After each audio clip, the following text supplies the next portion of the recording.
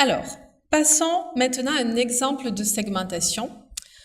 J'ai envie de dire là, c'est TNS qui vous fait un joli cadeau parce que la MCB est vraiment un partenaire privilégié. Il s'agit d'une étude qu'on a menée à Maurice et qui a été menée dans le monde entier pour TNS sur le comportement digital du consommateur mauricien. On en a tiré une segmentation à la fois quantitative et qualitative avec certains insights. Et c'est une très grande exclusivité puisqu'à ce jour, les chiffres n'ont pas encore été divulgués. Et on le fera la semaine prochaine auprès de nos meilleurs clients et ça a d'ailleurs fait l'objet d'un livre. Donc allons-y.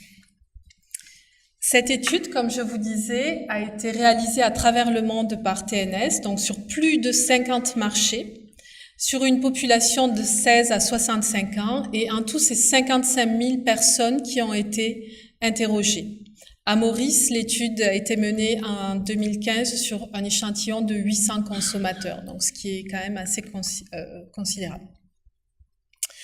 Alors, la segmentation mondiale, pour vous l'expliquer. Ici, sur l'axe vertical, vous avez l'influence digitale. Ça veut dire l'accès que les personnes ont à Internet. Est-ce que l'accès est assez simple ou pas? Est-ce qu'ils ont accès aux infrastructures? Et ici, sur l'axe horizontal, on a l'engagement social. Est-ce que ces individus, ces répondants, sont vraiment intéressés à s'engager socialement, c'est-à-dire à partager sur les réseaux sociaux en ligne? Alors, parlons déjà du marché. Donc, on a ici identifié 4 segments. Les observateurs, les leaders, les fonctionnels et les connecteurs. Là, je vous parle de la segmentation mondiale. On va voir ensuite pour Maurice.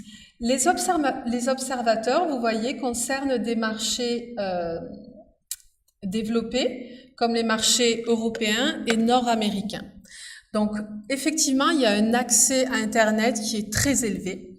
Mais ces marchés-là ne sont pas vraiment intéressés à s'engager socialement, à partager sur les plateformes, etc. Ils ont un usage finalement assez fonctionnel d'Internet et d'ailleurs, leur équipement préféré va être le PC traditionnel ou le laptop. Ensuite, on a ici les fonctionnels, donc où vous retrouvez l'Inde et l'Indonésie, donc qui sont des marchés jeunes. Ils sont limités dans l'accès aux infrastructures, à Internet, mais par contre, ils ont donc du coup, ils peuvent pas trop s'engager socialement, mais ces marchés-là représentent un gros potentiel parce que ça va venir et ça va aller très vite. Ici, les connecteurs, dont la Chine est vraiment un exemple important, un bon exemple, un exemple frappant. Ce sont des marchés qui ont eu accès assez tardivement à Internet, mais alors qui se sont engagés dessus très rapidement au niveau social. Ils sont vraiment sur les plateformes en train d'échanger et de partager. Et puis, en haut, on a les marchés leaders. On retrouve ici l'Australie, mais aussi toute l'Asie émergente et Maurice en partie. Donc, c'est des marchés qui sont hyper connectés et qui représentent un gros potentiel. Donc, intéressons-nous maintenant à Maurice. Donc, le marché mauricien est composé de 40% de leaders, de 39% de fonctionnels, 10% d'observateurs et 11% de connecteurs. Donc, c'est bien représentatif de la population mauricienne, c'est qu'on voit un peu cette société à deux vitesses. D'un côté, vous avez les fonctionnels qui sont assez traditionnels, et d'un autre, les leaders qui sont hyper connectés, qui vont très vite, qui sont d'ailleurs des early adopters. Donc, vous voyez ici leur consommation quotidienne, moyenne, j'insiste bien, parce que pour un leader mauricien, ici, on a 3,3 heures en ligne, alors qu'un fonctionnel, ça va être seulement 1,9 heures. La télé est plus appréciée chez les fonctionnels, également comme la radio. Donc, allons à la rencontre du leader mauricien. Alors, le leader mauricien, il est assez jeune. Vous voyez ici, entre 16 et 44 ans, pour plus de la moitié de la cible. Il se connecte plus de 5 heures par jour.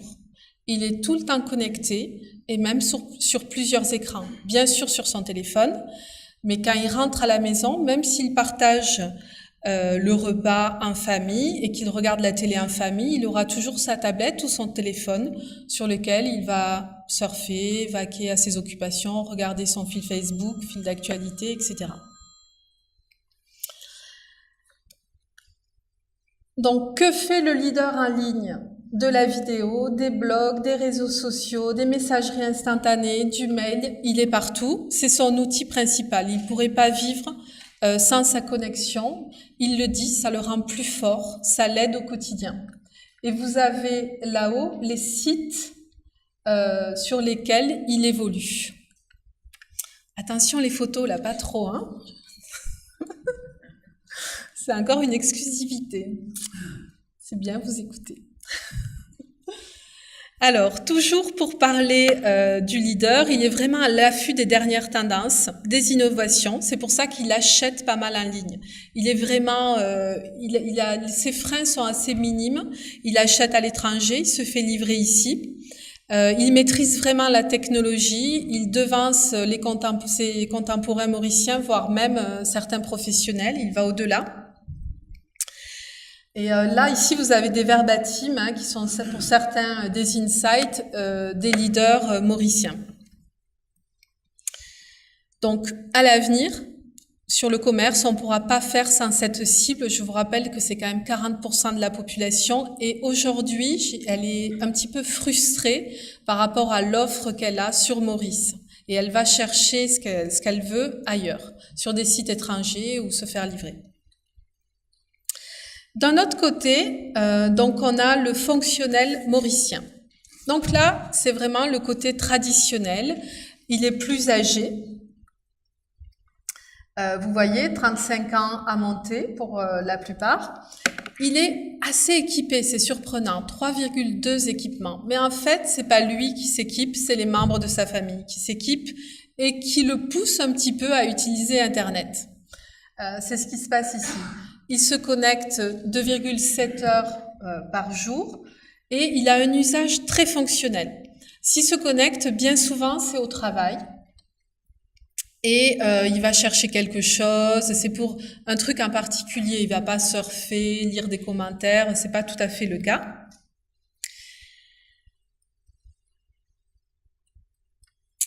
Donc voici quelques verbatims pour les fonctionnels. Alors il fréquente très peu les plateformes sociales. Par contre, il est quand même au courant de ce qui se passe par les membres de la famille, qui le tiennent au courant. Ça l'intéresse, mais de loin. S'il doit acheter quelque chose en ligne, il y aura toujours un intermédiaire, ou alors il va essayer de contacter par téléphone le site.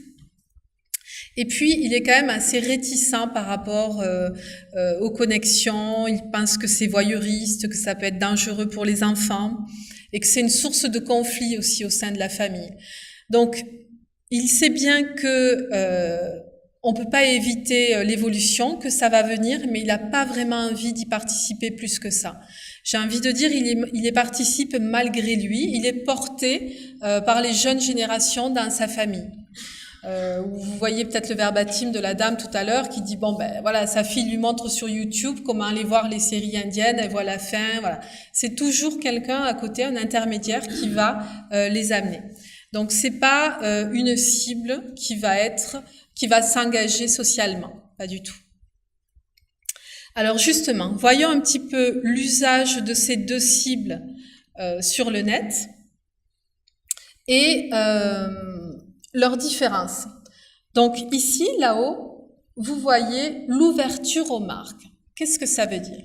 Ça veut dire dans quelle mesure ces personnes sont prêtes à lire les commentaires, à mettre elles-mêmes des commentaires, à liker les pages des marques, à échanger. Donc finalement, elles deviennent votre média, ces personnes-là. Quand je vous parlais d'alliés, c'est elles. Eh bien, on voit que les leaders, à 82%, sont ouverts aux marques. Ça veut dire qu'ils vont communiquer sur votre marque en ligne. Alors que les fonctionnels, c'est seulement 19%. Alors justement, le leader, ici, ses motivations à trouver un produit en ligne, Ça va être justement parce que le prix est avantageux, qu'il aura beaucoup d'informations sur les produits, il pourra comparer les produits facilement. Par contre, ce qui le freine, c'est qu'il ne peut pas toucher le produit, il va pas être sûr à 100% de la qualité du produit et de son authenticité. Et c'est un problème qu'on rencontre sur tous les marchés. Il y a à peine un mois de ça, Decathlon vient d'ouvrir le premier magasin dans lequel on ressort les mains vides, à son siège social à Lille en France. C'est-à-dire que c'est pour pallier à ces freins-là de l'achat en ligne. Vous rentrez, les produits sont exposés, un seul modèle par produit. Vous avez le vendeur qui vous conseille, vous pouvez toucher le produit et si vous décidez de l'acheter, c'est directement sur votre smartphone dans le magasin. Si vous n'avez pas de smartphone, pas de problème, on vous en prête un à l'entrée. Et vous choisissez soit d'être livré chez vous ou dans un autre magasin Decathlon. Donc ici, vous voyez, ce sont des nouvelles solutions qui se mettent en place.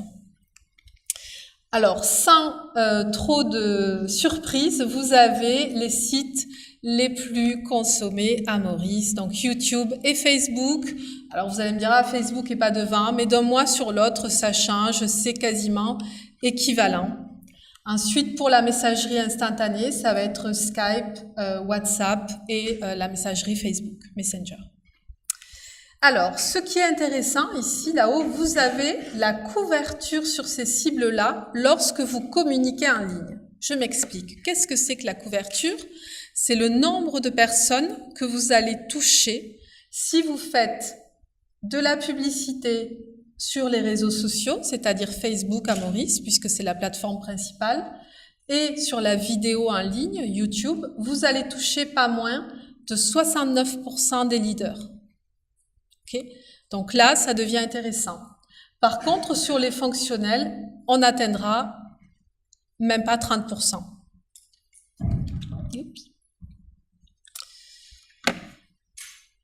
Donc voilà un petit peu pour les usages et autant d'opportunités pour le commerce à Maurice, puisqu'on a une population ici qui est quand même assez frustrée et qui représente 40% de la population et ça ne va cesser de croître.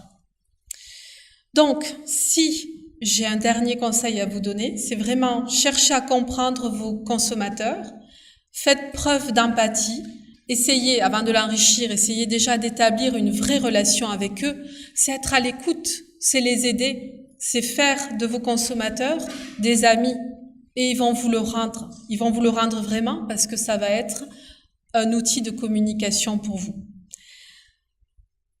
Donc, le dernier mot ici, ce sera vraiment faites de vos consommateurs des alliés en les comprenant et en les aidant.